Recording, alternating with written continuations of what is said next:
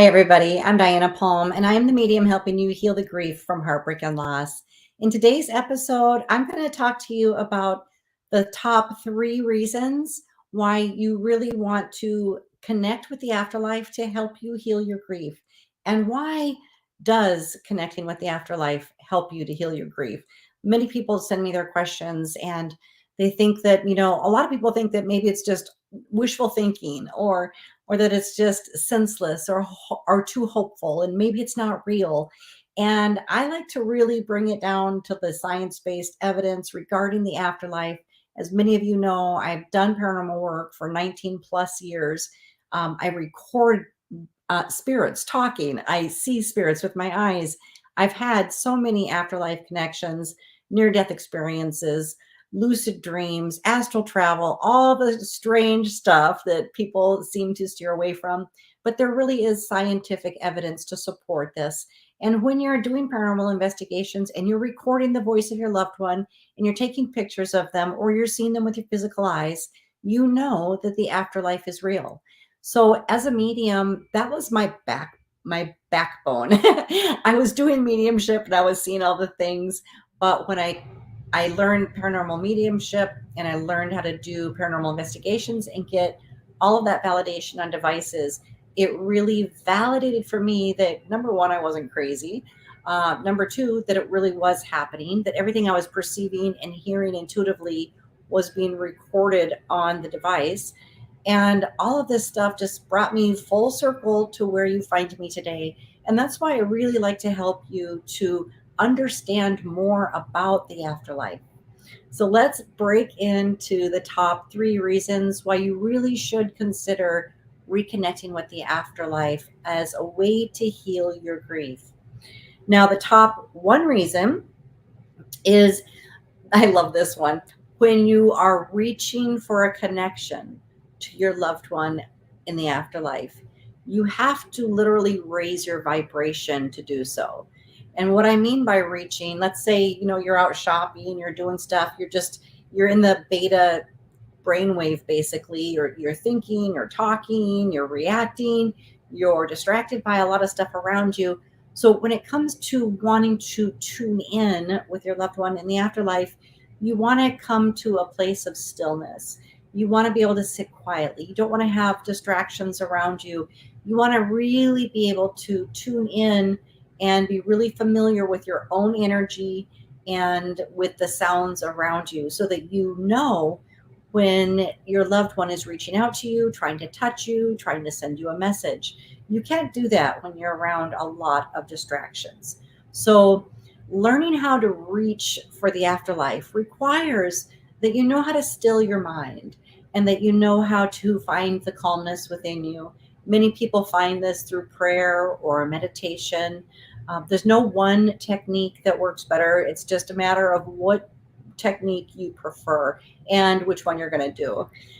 Sometimes I just tell people, sit in a quiet room, put a picture of your loved one beside you on the table, light a candle, and set your intention to connect with them and to tune in with them and to be receptive and listen for them.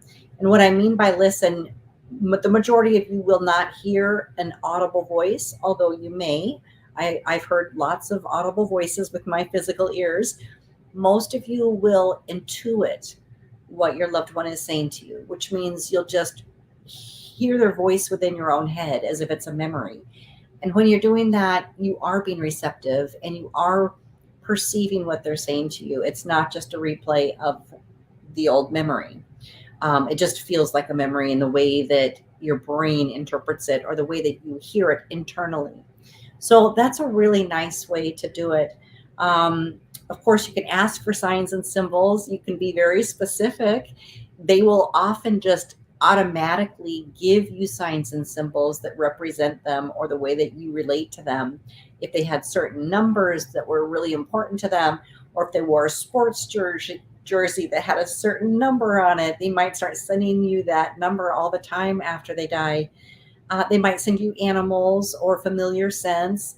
They might touch you. There's so many ways of after-death communication, and they can use all of them to communicate with you. So as you're learning to communicate with them in the afterlife, you need to learn a new language. You need to learn how to raise your vibration and become receptive to the way that they can communicate with you. And that's the number one thing.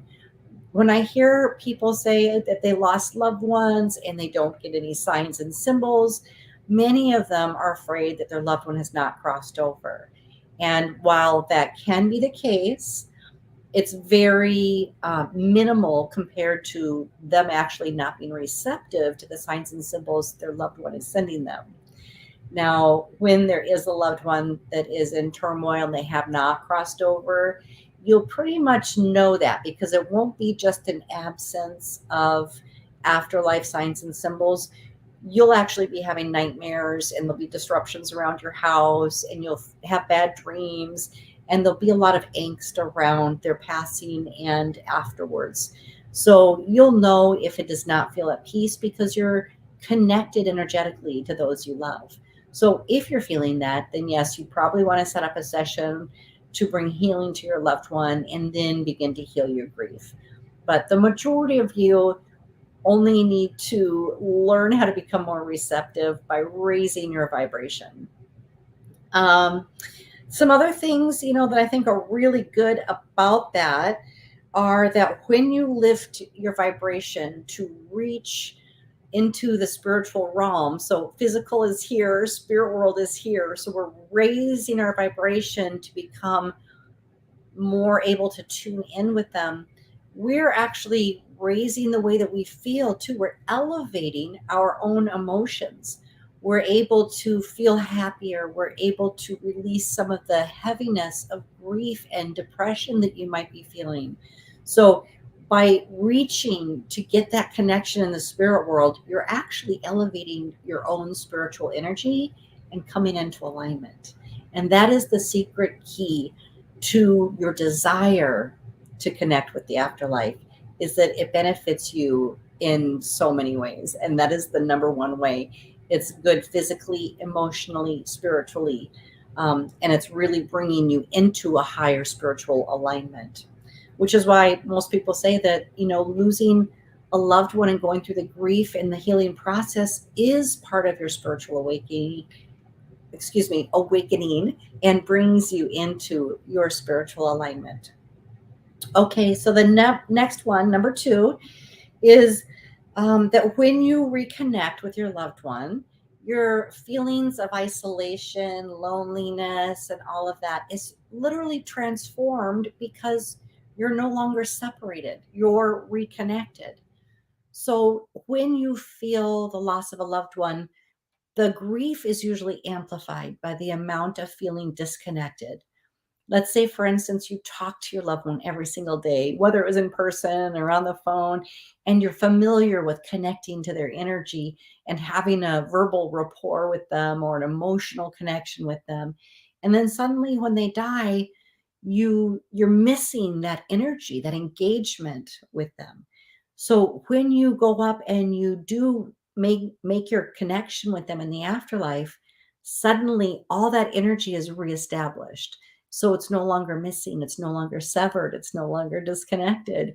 You reconnecting with your loved one in the afterlife helps you by staying connected and alleviating all of those feelings of separation and being apart. I gotta check my notes, make sure I caught everything. Okay. Oh, and this allows you, by the way, once you've connected and you don't feel that separation, you know that you're still connected. That is actually the energy that I find really helps people to be able to move forward in their life, because they know that they can come out of the shock and trauma of the loss. They know that they're still connected. And that is what gives them the inner strength to be able to move forward. Now, the third one is that reconnecting with your loved one in the afterlife eases and erases your fear of death. When you're connecting with your loved one in the afterlife, it is becoming, crystal clear that you continue to exist. You know that the signs and symbols you're receiving, that the dream visits, everything, you know your loved one still exists. So it is absolutely just a physical death of the body, but your loved one's spirit exists still. And that means you do too. So when it finally comes time to die, you don't just turn into nothing and disappear. You continue on, you continue to exist. So I love that because so many people live their lifetimes being so afraid of death that they don't take chances. They don't take fun, or they don't, they're not having fun adventures. They're afraid to fall in love. They hold themselves back. They're afraid of being embarrassed, all that stuff. And it's like when you take away the fear of death, it's like you just feel more like a can-do attitude. It's like if you want to do something, if you want to move, if you want to change your hair, if you want to make a big change in your life, go ahead, because we only have so many days, right, on the physical in this body to enjoy things like food or cocktails or love and feel physical touch, because when you're in a body, this is the time when you get to experience it. Once you're in the spirit world, it's blissful and you're all one with everything again. But while you're physical, you get to actually experience things physically. So don't be afraid to die. You will still exist. But while you're here in the physical, you should actually allow yourself to enjoy so many of the physical pleasures of this existence. Okay. And what it comes down to is I encourage people to develop their mediumship, and so that you guys each individually can learn to raise your vibration and reconnect with your loved ones in the afterlife. I always say that when people are grieving, people ask, does it help to go to a medium? Absolutely. And there's varying degrees of development that mediums out there have. No one medium will fit every single person that's grieving. It's a good match when you feel it. When you feel drawn to somebody, that's the one you're supposed to go to. Everyone's trained different. Everyone has different levels of skills and availability for their receptivity as they're working with you. But what's even more impactful is when you guys get to have your own experiences. And that's why I love to teach you guys this. I love, love, love to teach you how to be your own medium, how to get your own authentic connection with your loved ones in the afterlife. Because then you don't have to rely upon a medium. You can learn to tune in and stay in contact with your loved ones. This will help you when you do that. You'll learn how to identify your loved ones by the signs and symbols they send you, like we talked about. You'll learn, like, let's say one of your loved ones had a red cardinal as their favorite bird. Let's say they had dishes with red cardinals and they had little pot holders with red cardinals. And then when they pass, you start seeing a red cardinal, which you never saw before, but every day it starts to visit you. That is definitely an afterlife sign and symbol. There are so many different types of afterlife symbols. It could be classic cars. It could be the smell of motor oil. It could be fried chicken. It could be your favorite dinner, whatever that is, whatever that smells like. All kinds of signs and symbols. So tap into your physical body that you're in, because these will be your language portals that you're learning to tune in with the afterlife. So that means you'll be using your smell, your sight, even your taste, your hearing, your sense. If you get touched, you'll be able to feel that.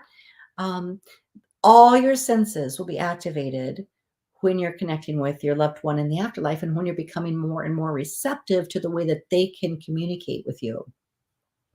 Some of the afterlife, we also call it after death communication, when they're literally showing up for you in twilight hours. That would be like between the stages of wake and sleep. So right when you're falling asleep or right when you're waking up. And the reason for this is because in both of those experiences, you're in a slower brainwave.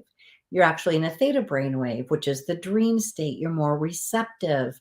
And this is also the state that you are alert to the spirit world. So as you're falling asleep, you're more receptive to seeing spirit, and just when you're waking up. So in those two times, they're really magical times for tuning in with spiritual visits. And that means when they're physically standing in your doorway or at the foot of your bed, yes, they can still show up in full form so that you can recognize them. So those are the two magical points in time that you need to focus on. When I'm grieving, I like to take a lot of naps because that makes me double up and triple up on those opportunities to see them organically and to allow my sight to be able to perceive their spiritual energy. So napping is great. You still go through the same brain cycles that slows your brain down. You have more opportunities to be receptive. So when you fall asleep and when you wake up, it's those in between times that are absolutely magical for you being able to see into the spirit world. Okay. So I also say that grief is so many times your initiation into your own spiritual development, which is your spiritual awakening. I don't think there's anything that makes us want to connect with the afterlife more than losing somebody that we love. You know, sometimes people have an interest in ghosts and haunted houses, and it's fascinating and all of that's good. But when you lose somebody that's super close to you, there is such a deep desire in your heart to break that barrier and to figure out how to connect and how that's going to happen for you, what that's going to look like for you. And it is extremely healing when you're able to do that, when you're able to accomplish that. I like to make it easy for people, which is why I've created my spiritual academy with all of my mediumship training. And I would say that if you're interested in developing your own mediumship, one of the easiest ways, if you don't have any skills whatsoever and you just want to see if you can make some headway on this, I would say to sign up for my mediumship scrying class. That's probably the easiest entry point if you have no experience whatsoever, because you will see spiritually. And that's exciting. I mean, we all love results, right? We don't want to sit and learn something for 30 years and hope that our abilities develop, because we really just have a longing to connect. We have a longing to reconnect because we need that peace for our own healing. So if you're in that space right now, if you're grieving or if you have that interest, I would definitely say that my mediumship scrying class is the one you want to start with, because you will definitely get results. You will definitely obtain spiritual vision and be able to start seeing spiritually. Oh, we got mail, so the doggies are barking. Okay, so that's where I would start. And if you actually have more interest in developing your mediumship, then I would take Master Your Mediumship, because that will provide you with the 8 lessons that you need to really get your connection and really move that vibration up, so you have confidence and clarity about your connection, who you're connecting with, and what their message is for you. So I love that class so much. I also have one on paranormal rescue mediumship. So if you have interest more in connecting with the ghosts or supernatural, that will help you there to help you cross over spirits that are in need of help. So I have training for all of you, no matter where you're at. But all of it is really inspired from my own desire to connect with loved ones that passed, and the huge, huge need to fill that space for people that are also grieving, wanting to have their connection reestablished. So I know that most of you, in talking about this, you're like, well, I don't want to be a medium, or I don't know if I want to do all that. You know, I just want to connect. I don't know if I want to take training, or um, I will say this, the training is fast. It is direct. It is fast. I shave times off your development. So if you're learning mediumship so that you can connect with your loved one in the afterlife, keep in mind that this is the quickest way for you to learn how to get that connection, for you to learn how to get your vibration into the space where you can be receptive. And that's going to benefit you in so many ways. I mean, a higher vibration leads to better health, better abundance, just overall happiness.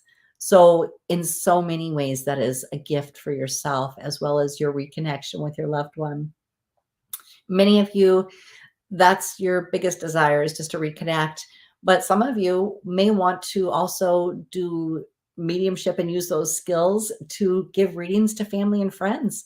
Even if you're just practicing and you want to say, hey, let me see if I can connect with so and so, that just passed.